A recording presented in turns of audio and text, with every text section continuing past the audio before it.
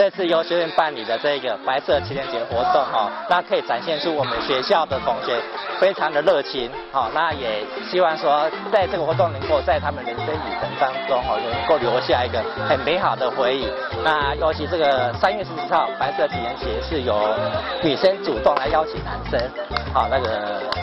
这个会颠覆过去的传统的唱式，那我想这是一个很特别的经验。那透过这样子活动，也希望能够让学生能够了解到，要彼此的尊重、相互的交往、公开交往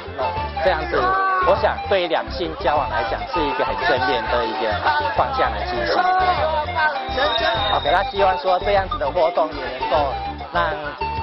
屏东的这边乡亲能够多来参加我们这样子的一个校园活动。啊，除了这个活动之外，我们还有举办很多一系列其他的一些两性的一些活动。